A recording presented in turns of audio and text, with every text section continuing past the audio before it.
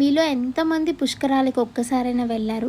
ఈ సంవత్సరం నర్మదా నది పుష్కరాలకి మా అమ్మ వాళ్ళు అండ్ ఇంకా మా రిలేటివ్స్ వెళ్తున్నారు. ట్రైన్‌లో ఆల్మోస్ట్ 1½ డే ట్రావెల్ చేయాలి కాబట్టి, దానికి ముందే మేము ఫుడ్ ప్రిపరేషన్ చేసుకుంటున్నాము.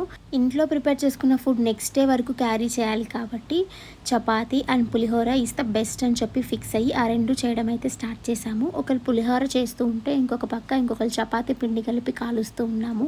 అండ్ మా అక్క అయితే అక్కడ పకోడీలు కూడా చేస్తుంది. ఎప్పుడైనా ట్రిప్ ప్లాన్ చేసినప్పుడు దాని ముందు రోజు ఉన్న ఎక్సైట్మెంట్ అయితే చాలా చాలా బాగుంటుంది. అండ్ విత్ ఫ్యామిలీ మెంబర్స్ అయితే ఇంకా ఎంజాయ్ చేస్తాము. ఒక్కరం అన్నీ చేసుకోవాలంటే కష్టం అవుతుందేమో కానీ, ఇలా అందరూ కలిసి ఒక్కొక్క పని షేర్ చేసుకుంటే మాత్రం చాలా ఈజీ అనిపిస్తుంది.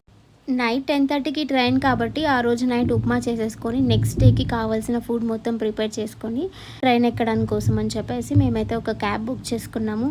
తెచ్చుకున్న లగేజ్ అంతా కార్లో పెట్టేసి హ్యాపీగా మా జర్నీ అయితే స్టార్ట్ చేసాము. నచ్చితే సబ్స్క్రైబ్ చేసుకోండి.